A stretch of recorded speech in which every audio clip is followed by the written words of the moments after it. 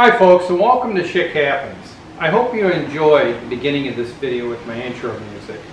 It's just a little taste of a video that I'm going to be posting, I think maybe Friday. Last weekend I decided to go back to one of the ponds, rig up a post or a pole to put my GoPro on and submerge that back there, connected to the dock about 2-3 feet down. And I just let the GoPro run underwater there for the better part of 20 minutes. I picked it up and moved it a couple times, but for the most part just left it go. And I got some really cool footage of bass and bluegill. And I thought, you know what, I can make a nice 15 to 20 minute video just of these fish with some various soft music in the background. I've already showed this behind the scenes to a couple of my subscribers and they absolutely love it. And I know my soothing videos aren't everybody's cup of tea, but if you're into fishing or underwater fish, I really think you'll enjoy this video. Some other things that I got accomplished this past weekend. A very good friend of mine, Gary, came out with his nephew. And we went around the property and just kind of did another check on all of our deer blinds, making sure everything was good to go. There was a little bit of trimming that we had to do for shooting lanes. Just kind of spruce some things up for the upcoming season. Now our deer season came in the last weekend in September. It's just been too warm. I'm not against anyone going out opening day and harvesting a deer or hunting for deer. I just don't like the heat. I like it to cool down a little bit more.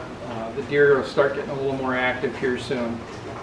I would imagine I'll probably get my first set in a blind maybe in the next 2 weeks is what I'm shooting for. We have been checking the cameras.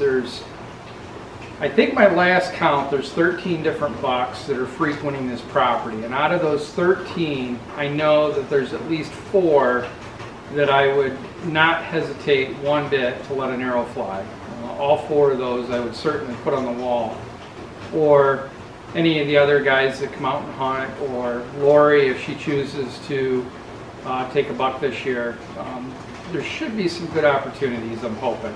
We've also been messing around a little bit more with our Halloween decorations. As far as decorating, and maybe my favorite holiday combined of all the holidays throughout the year, I love Halloween. I always have.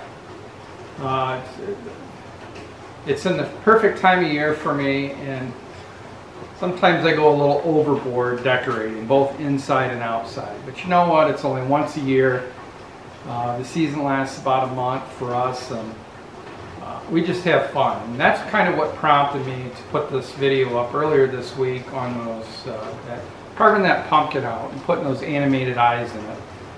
I had an extra set of those, and I had made a skull using the first set of eyes, and I told Lori, you know what, let's just do a pumpkin. And she kind of nudged me and said, you know, you might as well film it, put it on the channel. So that's what I did, and that's why that video showed up Monday. I was really hoping to film this vlog outside, even around some of the Halloween decorations, but there's a pretty good rain coming down outside. It was pouring heavy a little bit ago, so I just decided to go ahead and film this in the barn. But I do think at some point before Halloween, maybe in a vlog, I'll share with you some of the indoor and outdoor decor for Halloween that Lori and I put up. A few of the other things are continuously keeping an eye on the food plots, checking things out. The incognito growing around the rut hut blind, that may have peaked out now. It's 6 to 7 feet tall, but I'm happy with that. It gives a little bit of cover around that blind since it's so new. And I've been getting pictures of a lot of deer hitting that little food plot and those oak trees where that's setting. So they're not too much bothered by it. And again, food plots don't look too bad. There's some things that I need to do a little bit different next spring, but I can get into that down the road when I'm getting ready to put those in. And like I previously mentioned, towards the end of the month here, Lori and I are going to make a road trip to Georgia, the north part of Georgia near Lake Lanier. We're going to visit our buddy Dana at FCP Fishing. We're planning on meeting up with Mike and Tam at Bone Daddy 2, and one of my subscribers who goes by Nathan, who's been with this channel since the day I pushed go, and he's been a great subscriber ever since. He's right there within 15-20 minutes of where we're going, so we're going to meet up with him. I know there's a few other YouTubers in Georgia that I would love to meet. Steve over at the Bug Farmer and Walsh Farms. I just know under the time constraints and giving the distance, it probably isn't going to happen this trip. But I have a suspicious feeling that Lori and I will be making a couple more trips to Georgia here in the next year or so. So hopefully we can hook up with some of those other channels on one of these trips.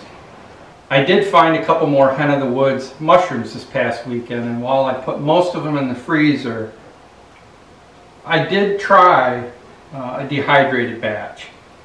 These I did in the dehydrator about 145 for about 7 hours, and they're dry, about as dry as you can get them. And this is kind of a test. I want to take some of these out, rehydrate them, and saute them up in some butter with a little bit of seasoning and see how these turn out. Now, for years and years, I've always froze these and had really good luck freezing them. But I did want to try dehydrating a batch to see how they taste, and if this is a success, I'm going to do a separate video on that. If it's not a success, it'll probably be a year before you see another Hen of the Woods mushroom video. Thanks for joining me here today on Schick Happens. I hope you enjoyed the updates in the upcoming underwater fish video. I think you'll like it, and if I could ask you to share that video, that would be wonderful. Until next time, cheers!